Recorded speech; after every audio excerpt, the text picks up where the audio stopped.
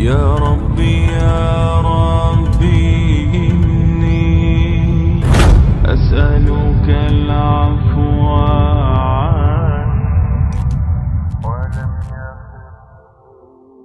بخاری اور مسلم دونوں میں حدیث ہے، جب اللہ تعالیٰ نے صلہ رحمی کو پیدا فرمایا تو اس کو مخاطب کر کے کہا کہ جو تجھے جوڑے گا میں اس سے اپنا تعلق جوڑوں گا، اور جو تجھے توڑے گا میں اس سے اپنا تعلق توڑ لوں گا۔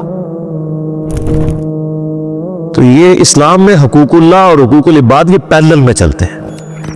وہ غامدی صاحب اکثر ایک بات کرتے ہیں کہ اگر کسی شخص نے کسی کا مال لاحق ہڑپ کیا ہے، یا کسی نے اپنے بھتیجوں یا بھانجوں کی جائیداد کے اوپر ناحق قبضہ کر لیا ہے، یا اپنی سسٹر کی وراثت دبا لی ہوئی ہے، اور وہ یہ سمجھتا ہے کہ میں پہلے تہجد کے 2 نفل پڑھتا تھا اب 4 پڑھ لوں گا تو میری وہ چیزیں معاف ہو جائیں گی، نہ، کبھی نہیں معاف ہوں گی۔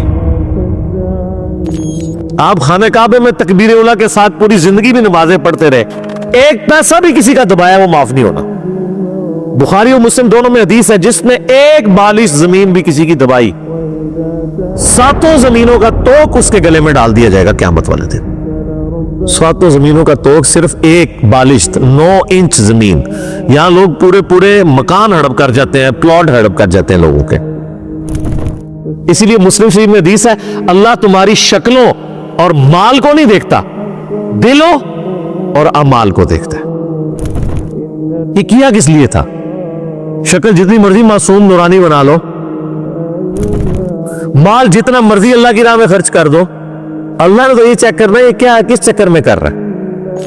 اور قرآن حکیم میں کم از کم 4 مقامات پہ یہ مضمون ریپیٹ ہوا ہے کہ جو اس قسم کے اعمال کرنے والے لوگ ہیں، اللہ فرماتا ہے قیامت والے دن ہم ان کے اعمال کی طرف بڑھیں گے اور ان کو بکھرا ہوا غبار کر دیں گے۔ جیسے کوئی ایک فٹ بال کی طرف بڑھتا ہے نا، ٹھوکر مار کے پرے کرتا ہے، اللہ تعالیٰ فرماتا ہے ہم ایسے لوگوں کے اعمال کو ختم کر دیں گے۔ وہ اعمال تو ہے ہی نہیں تھے، وہ جن کاموں کے لیے وہ کیے گئے تھے وہ ان کو اجر مل چکا۔ مسلم شریف کی حدیث جو ہے ایک لٹکتی ہوئی تلوار ہے، قیامت والے دن نبی علیہ السلام فرماتے ہیں، صحیح مسلم میں حدیث موجود ہے، ایک سخی کو، ایک شہید کو اور ایک قاری کو بلایا جائے گا۔ قاری کو اللہ بلا کے کہے گا تجھے قرآن کا علم دیا تھا، اس کے بدلے تو نے میرے لیے کیا کیا؟ کہے گا یا اللہ میں نے قرآن سیکھا اور سکھایا، اس سے افضل عمل ہی کوئی نہیں تھا۔ اللہ تعالیٰ فرمائے گا تو نے اس لیے سب کچھ کیا کہ لوگ تجھے کہیں بڑا علامہ ہے، بڑا قاری ہے، تو دنیا میں تجھے اجر مل چکا ہے، جس کام کے لیے تو نے ایفرٹ پٹ کی تھی تو نے اجر کما لیا، میرے ہاں کوئی اجر نہیں، الٹا منہ کر کے دوزخ میں۔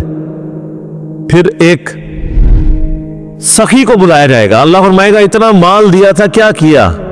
کہے گا یا اللہ میرے دسترخوان چلتے تھے، غریبوں کو بانٹتا تھا، میں آئے دن میں سیلاب کے اندر جا کے میں وہ چیک کاٹ کے دیا کرتا تھا، کتنے لوگوں کا خرچہ میں نے اٹھایا ہوا تھا۔